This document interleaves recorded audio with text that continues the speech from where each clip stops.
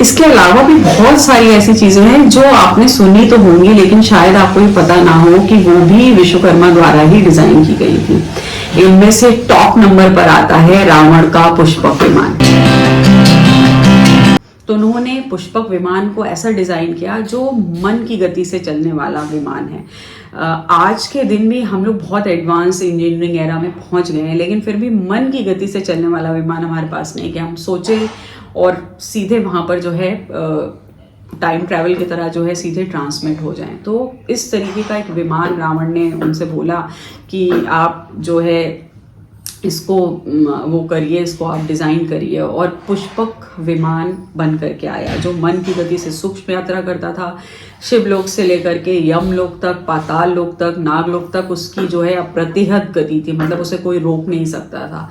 आसुरी विद्या के साथ साथ, क्योंकि रावण खुद उसको मतलब आप उसको ड्राइव करने की जरूरत नहीं पड़ती थी, बट फिर भी अगर आप बोले तो उसकी जो सवारी थी, जो लेते थे वो रावण थे, और उनके पास खुद भी बहुत सारे आसुरी शक्तियों के, बहुत सारे अच्छी शक्तियों के जो है ज्ञान थे। तो जिस तरीके से खतरा होने पर आज के दिन कुछ ऐसी टेक्नोलॉजीज हैं जो शायद सिर्फ चाइना और यूएस के पास है, जिनमें अंधेरा ना होने पर भी आपका यान गायब हो जाए, इस तरीके की इंजीनियरिंग जो है पुष्पक विमान में दी गई थी।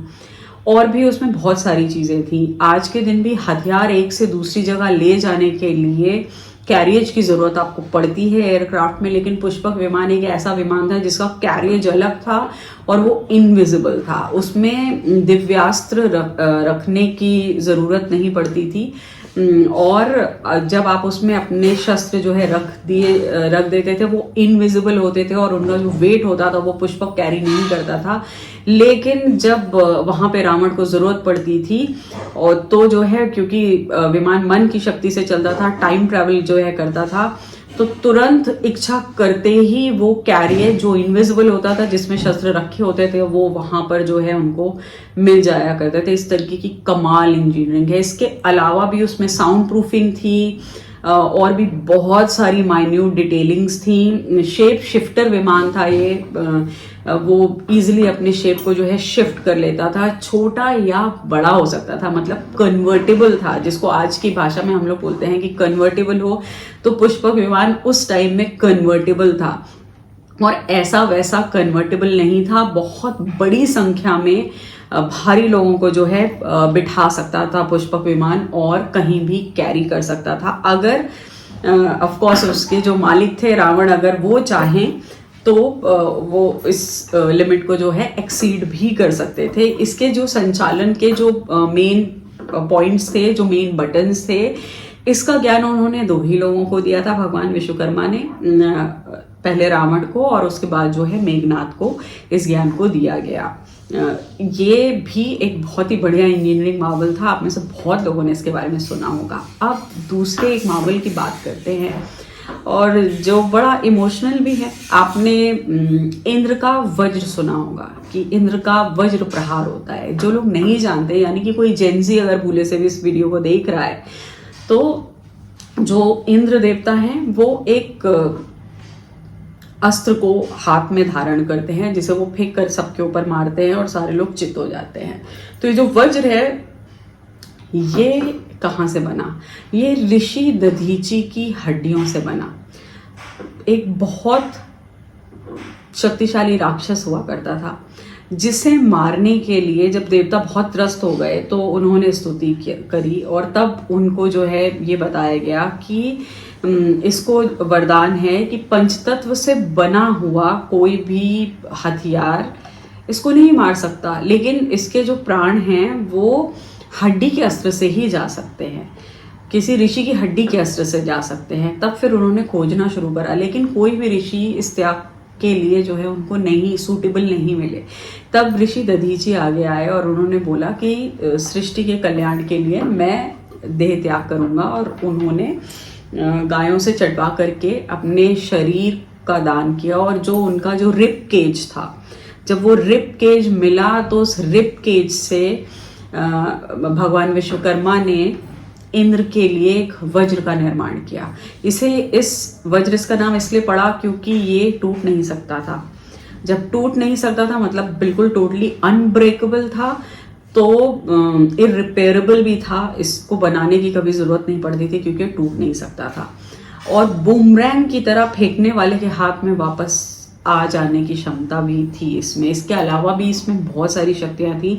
जब इंद्रदेव इसको यूज़ करते थे तो थंडर स्टॉर्म होता था, बिजलियाँ कड़कती थी। इस तरीके की बहुत सारी सूक्ष्म तारों की प्रणाली को जो है इसमें यूज़ किया गया था।